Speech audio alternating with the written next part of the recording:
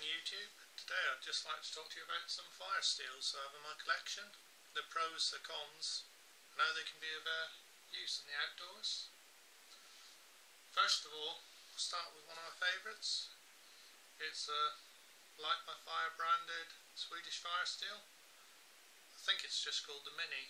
I'm not 100% sure on the model name, but it's very small. Comes with its own little striker, and for very little effort you get very large amount of sparks. So it's very efficient, very compact, and all around one of my favourite fire steels. Next, moving on, we have the BCB Ranger. I think this is the one they actually include in the military kits. But the only problem with it is the actual rods enclosed by this steel. Don't know if you can see it properly, but it actually means you can only use about 1 inch in the middle of the rod. It's applied with one of these bits of axle as a striker. In fairness, you can get a reasonable amount of sparks off it, but you can't use the whole rod. It's actually very difficult to aim them on any sort of tinder. So it's probably one of the more difficult ones to use. And also, as the rod wears down into the steel, it doesn't last that long because you can't actually use most of the rod. So to be honest, I don't really like these that much. Then we have the Ultimate Survival Strike Force Fire Starter. I've had this one quite a few years actually. And the only drawback I'm really find with it is the sheer size of it. It's not really, well, it's about the size of some small survival kits, but it's quite good. When it comes apart, got a large rod, built-in striker, and absolutely ferocious sparks. Probably more than any other fire steel I've ever used actually. Like I said, the only drawback with it at all is the sheer size of it.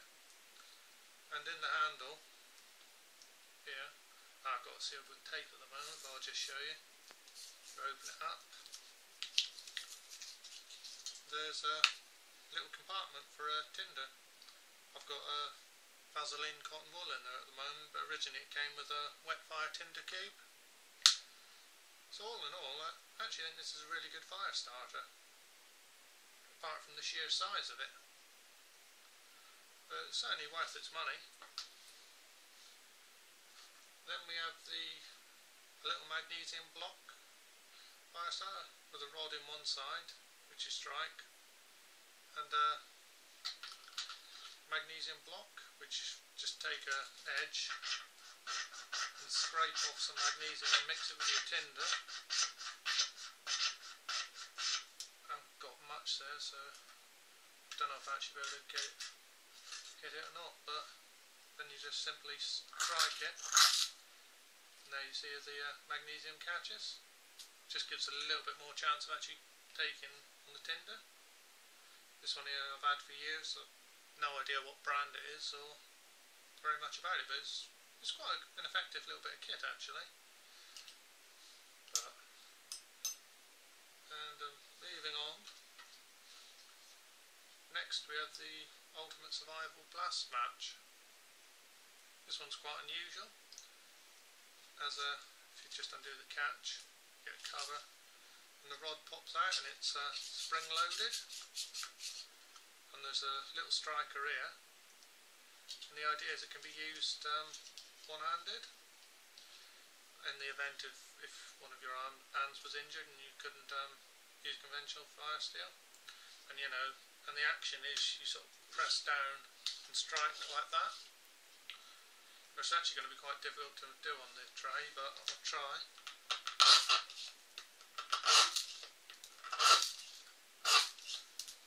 This again, like the Strike Force, gives a very good spark, and it's very directable. And to be honest, there's not many tinders that won't take a spark from it. The only real drawback is the sheer amount of force when you have to push down, because quite often you end up knocking your tinder pile over, and